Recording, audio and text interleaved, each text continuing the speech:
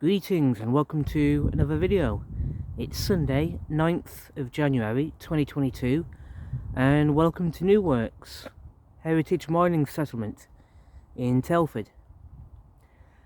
Now, some of you would have seen the two videos I made here in New Works last Sunday, and I thought I'd come back today to further explore New Works and revisit the path I explored last time, because in my previous video at New Works there were a couple of things I missed, or a couple of things I don't think I did a good enough job making a video of.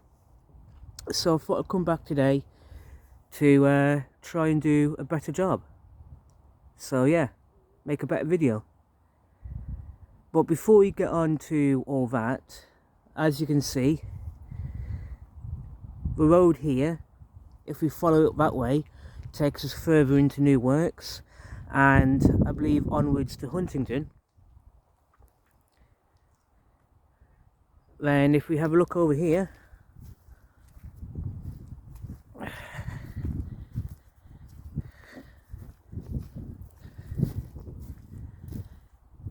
we've got a signpost saying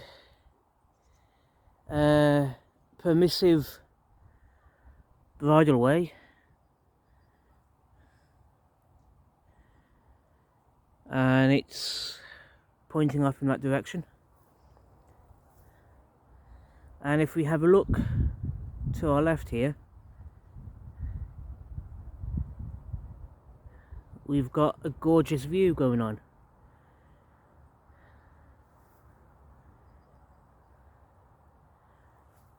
Now below us, those buildings and all that in front of us, that should be Hadley. And beyond Hadley we might be able to see parts of Wellington. But first and foremost, everything down there is Hadley. But the thing that interests me the most is in the background, the countryside, fields and the Shropshire Hills in the distant background. And as I said before, it's a gorgeous view from here. So yeah. Now if we come over here,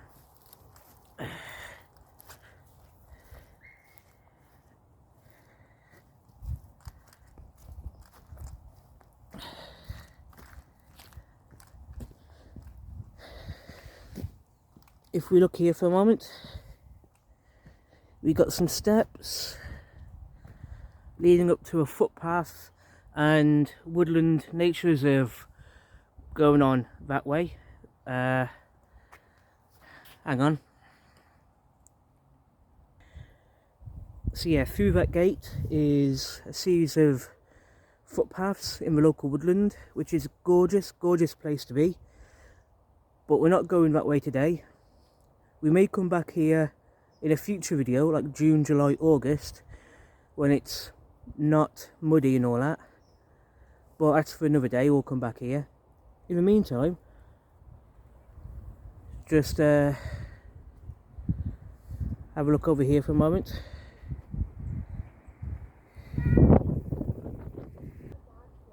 If we just come over here,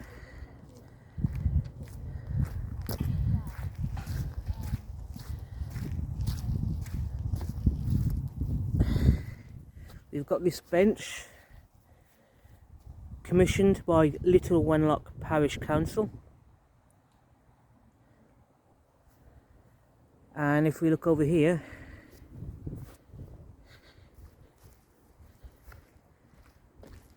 we've got this footpath, part of the Telford T50 50-mile trail, going that way, and that'll take you back to Lawley.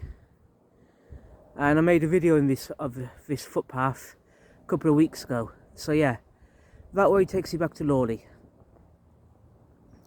But we're not going that way today. Instead, we're coming back to this road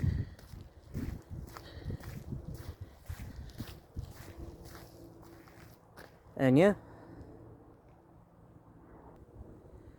so yeah, we're on this road, back at this signpost at the entrance to New Works, and from here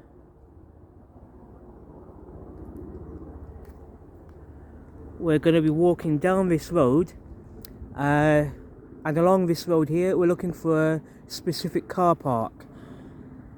We'll see it when we get there. It's going to take us a few minutes to get to this car park, and when we're there we're going to start exploring where we want to be today. So yeah, and just to say, this road we're on, if you're to travel all the way down to the end of this road, it will eventually take you to Wellington. But we're not going to Wellington today. Like I say, we're just looking for a car park just down the way here. So let's carry on and get to where we want to be today.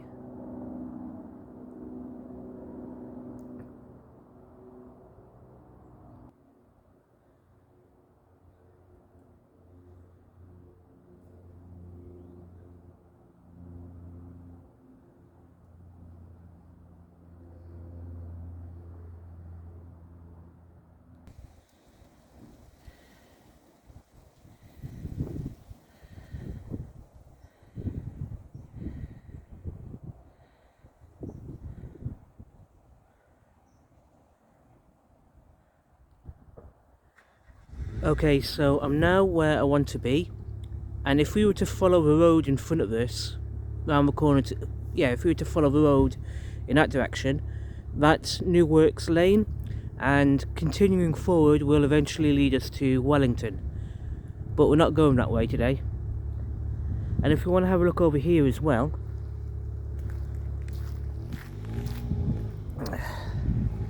as you can see, we've got a restricted byway here,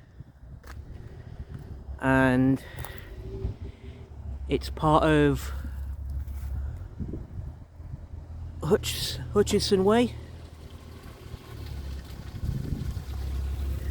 which, as you can see, takes in that direction. But we're not going that way today.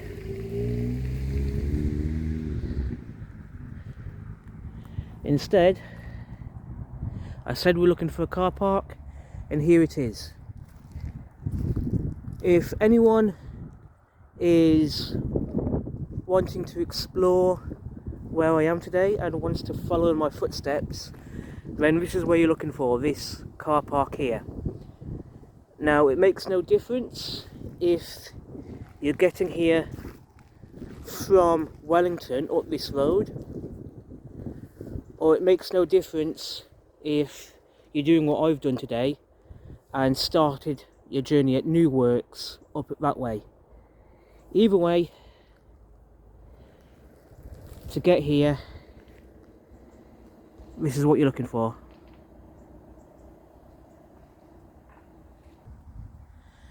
Now, once you find yourself here, to get where we're going today, we simply come this way.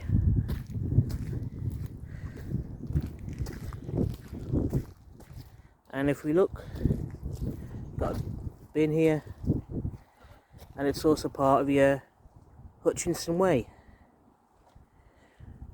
So yeah, I don't know anything about the Hutchinson Way. When I was last here, last Sunday, it was the first time I've ever been around this area. Never knew this place existed before last Sunday,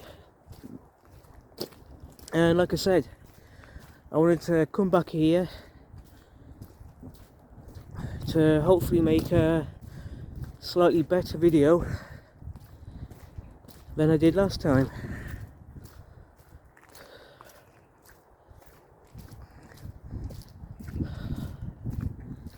But it is gorgeous around here, I'm not gonna lie.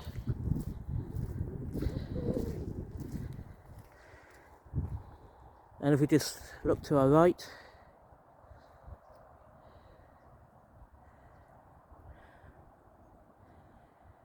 That view is amazing. I love that view.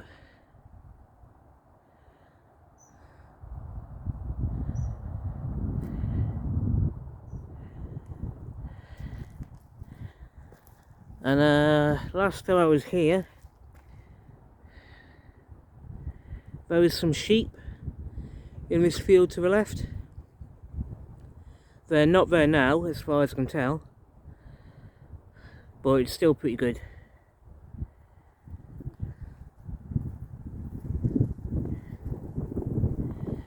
So yeah, we're just gonna head up to that little bit in front of us and see what's going on.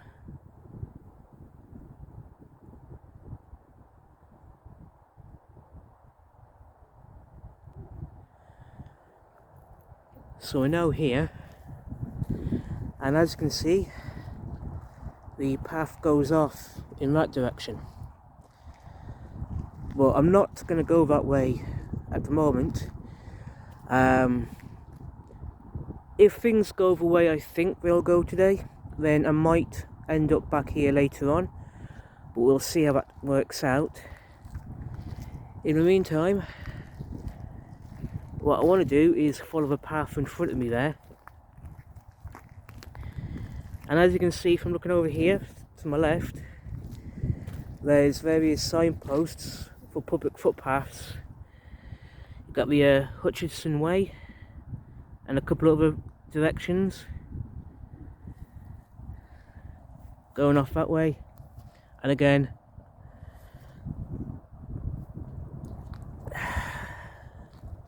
public footpath going in that way as well. But like I say, I'm not going that way now, but I might maybe be back here later on. We'll see how it pans out.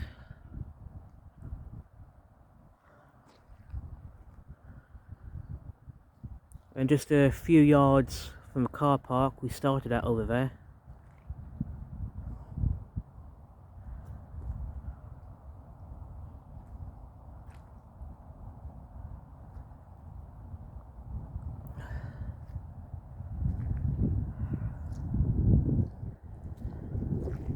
So yeah, I'm looking forward to doing this today. Granted, a lot of this video will be revisiting sections we were at last Sunday, but like I said, I'm hoping to make a better video today.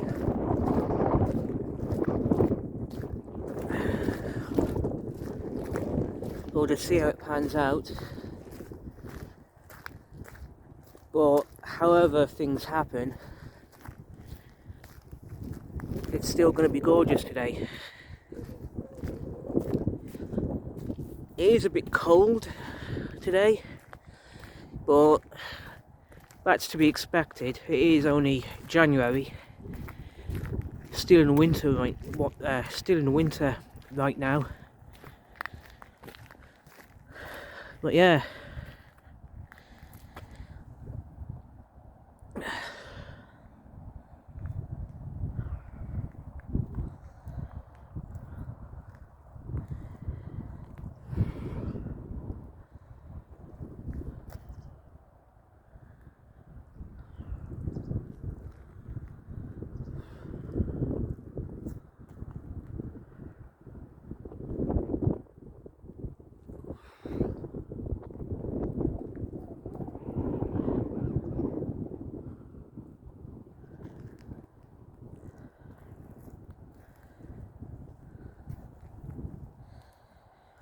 right, let's carry on this way, because there are some information points further along this path that I want to get to and explore. So yeah, let's carry on.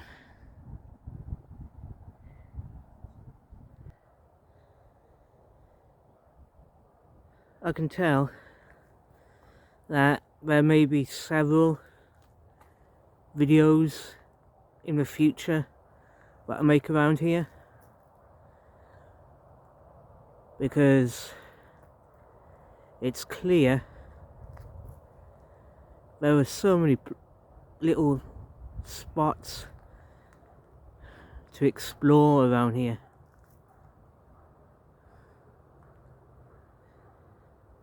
And if you're here when the weather's nice, like it is now,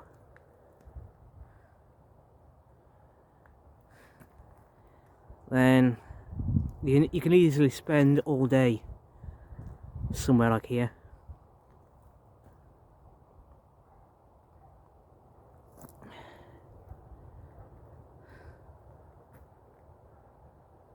Absolutely love it.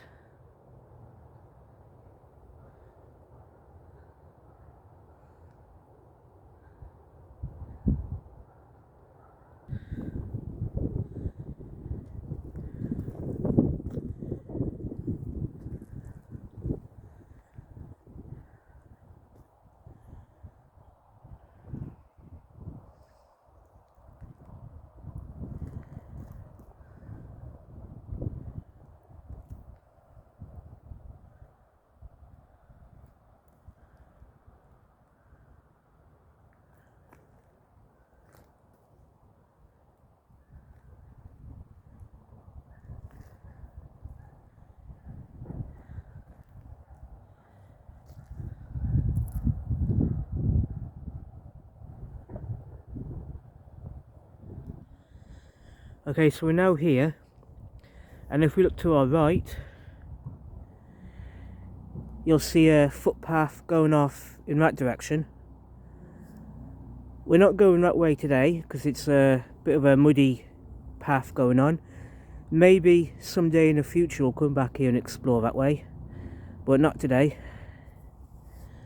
And if we look over here to our left, as you can see, more signposts going on for footpaths. You've also got the Telford T50 50-mile trail, which goes off in that direction. You've got a footpath going off in that direction there, but we're not going that way today, not today. And as you can see, the Telford T50 50-mile trail also goes off this way. But what we want to focus on right now is over here. You'll see a little signpost in front of us, so I just want to go and have a look at that signpost. Huntington Lane. This board has been put in place by UK CSMR Limited as part of the restoration of the Huntington Lane surface coal mine. The surface mine operated between 2010 and 2013, extracting more than 800,000 tonnes of coal for use in generating electricity. The site lies within the Coalbrookdale coalfield, with coal seams found close to the surface, i.e. 1 metre beneath the rock. As a result of this, coal has been mined from this area since the medieval period. This would initially have been within shallow bell pits and later with deeper mine shafts and adits. Surface mines were dug in the area from the 1940s. Therefore, the Huntington Lane surface mine formed the final chapter of a long history of coal mining within the area. Geology. Huntington Lane lies within the Coalbrookdale coalfield and worked 10 coal seams to a maximum depth of 34 metres, with 9 of them found very close together within an overall rock thickness of just over 20 metres. Some of the higher coal seams outcropped at the ground surface, and many older workings were unrecorded.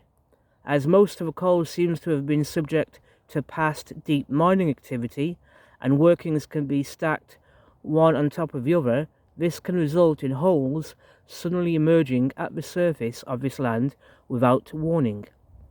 Therefore, please keep to the footpaths and help ensure your safety.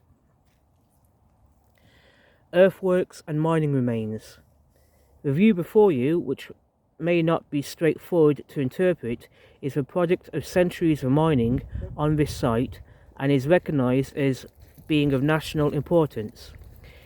It is one of only 3% of historic mining sites that are protected as a scheduled ancient monument by Historic England. While currently masked by trees and shrubs and now a peaceful haven for wildlife, this whole area was once a place of intensive industrial activity. Picture a landscape dominated by mounds of soil and rock, spoil, pulley wheels and horse gins lowering men down and children down into the ground and heaving out tons of coal and ironstone. Nearby lime kilns burned up for up to 36 hours at a time, filling the air with sulphurous smoke, a stark contrast to today. The undulating ground beneath the woodland before you is the remains of successions of mining pits and spoil heaps which date from the medieval period onwards. Much of the more recent spoil has buried and preserved the earlier remains, ensuring their survival today.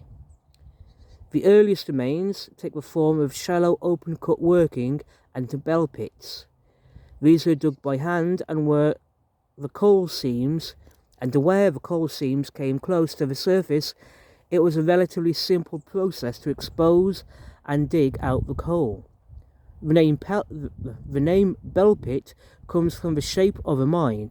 A short vertical shaft is excavated, and where it meets the coal seam, it is extended out radially from the shaft. This didn't extend far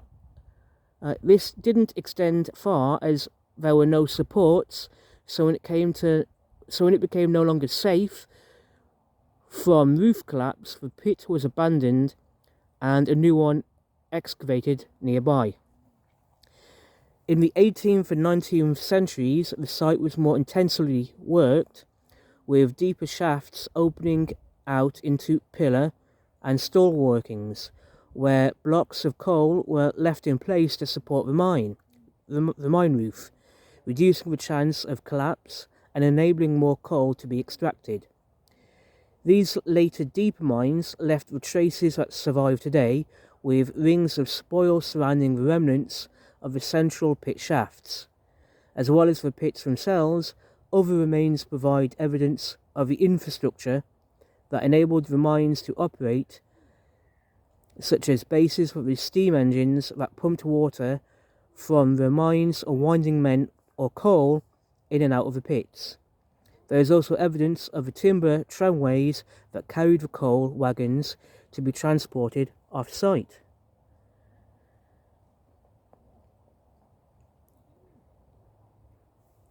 So yeah, some fascinating local history about Huntington Lane and the geology and mining of this place. I love that, that's absolutely gorgeous. I love stuff like this. But yeah. But now, we're going to carry on along this path here, because there's some more local history along here to be explored. Absolutely gorgeous.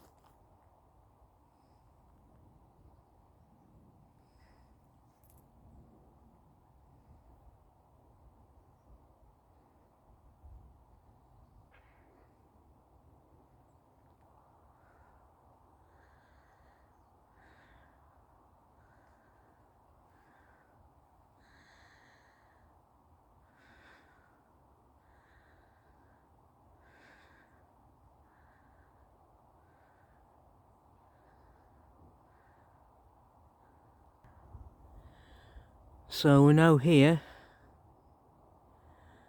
and if we look over here, we've got more information about Huntington Lane.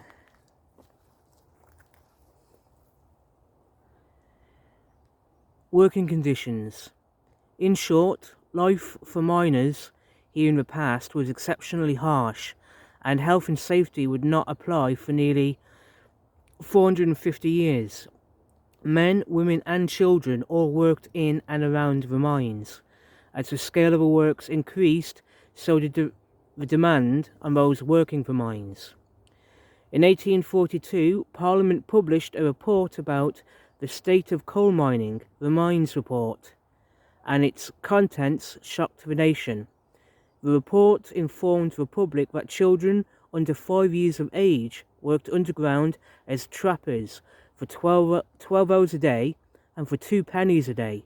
Older girls carried baskets of dug coal, which were far too heavy for them and caused deformities in these girls.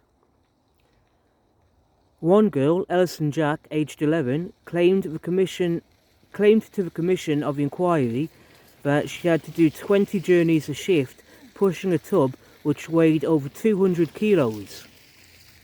And if she showed signs of slacking, she would be whipped. Children had to work in water that came up to their thighs while underground. Heavily pregnant women worked underground as they needed the money.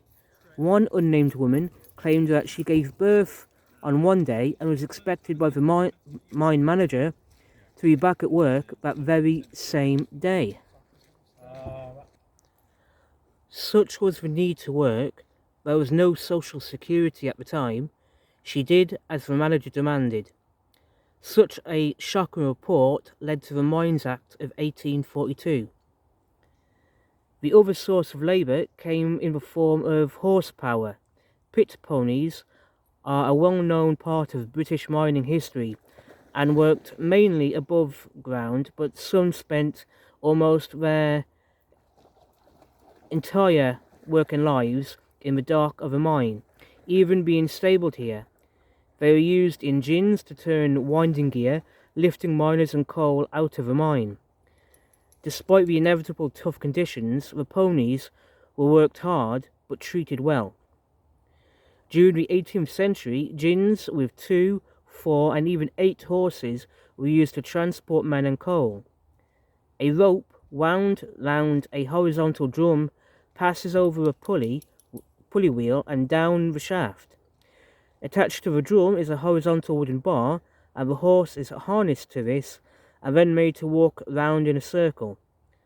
As it does so, the rope with a basket attached is first lowered into the shaft to be filled and then raised to the surface. So yeah.